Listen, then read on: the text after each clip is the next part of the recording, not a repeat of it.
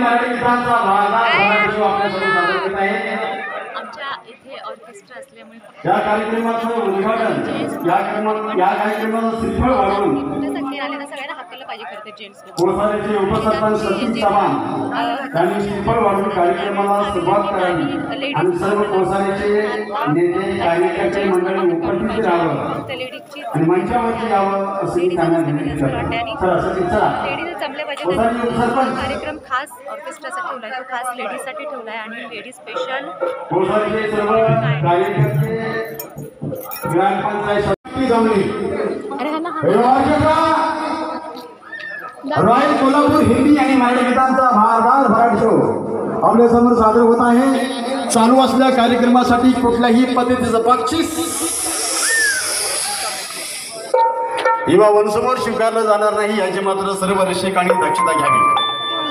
एक अल्पावधीत लोकप्रिय झालेला ऑर्केस्ट्रा म्हणजे रॉयल चालू असलेल्या कार्यक्रमासाठी कुठल्याही पद्धतीचं बक्षीस चालणार नाही, वनसमोर चालणार नाहीये याची सर्व प्रेक्षकांनी दक्षता घ्यायची आणि या कार्यक्रमाचं उद्घाटन श्रीफळ वाढवून कोसारीचे उपसरपंच सतीश चव्हाण यांचे हस्ते हा कार्यक्रम होत आहे।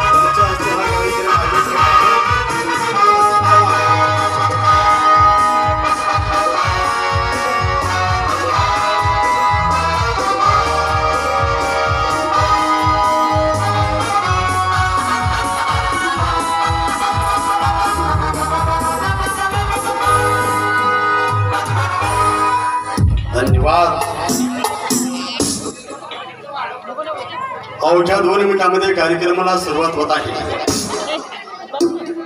सतीश चव्हाण कोसारीचे उपसरपंच त्यांचे एक स्वप्न कोसारी गावचे उपसरपंच एवढ्या यात्रा झाल्या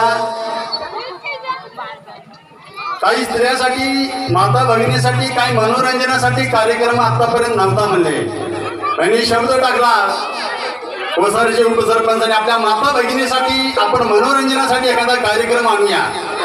खास त्यांच्या स्वतःच्या पैशानी स्वतःच्या रकमेने हा कार्यक्रम कोसारीचे उपसरपंच आपल्या माता भगिनीसाठी हा आयोजित केला आहे। यांच्यासाठी जरा टाळ्या वाजवा माता भगिनीनो, धन्यवाद। खास माझ्या माता भगिनीसाठी मनोरंजनासाठी हा कार्यक्रम कोसारीचे उपसरपंच सतीश चव्हाण यांच्या शुभ हस्ते श्रीफळ वाढवून कार्यक्रमाला सुरुवात होत आहे।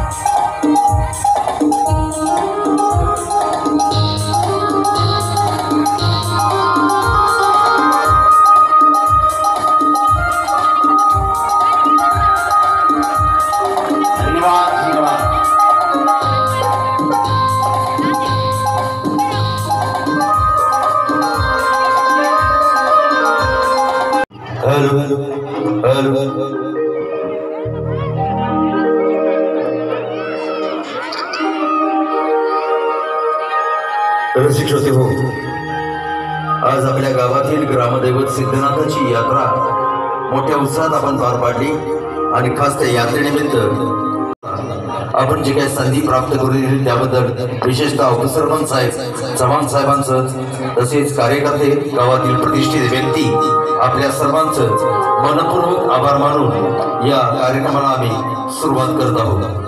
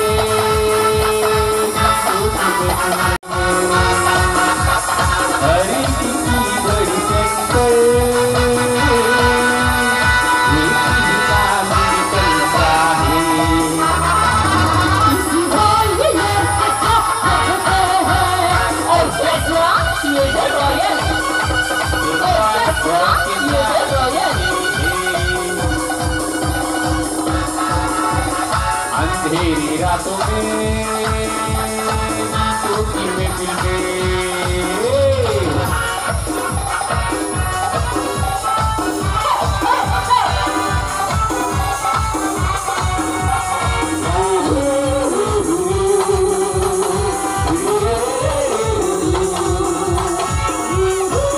कलाकार आपल्यासारख्या जाणकार आणि सुजाण प्रेक्षकांचं नेहमीच मनोरंजन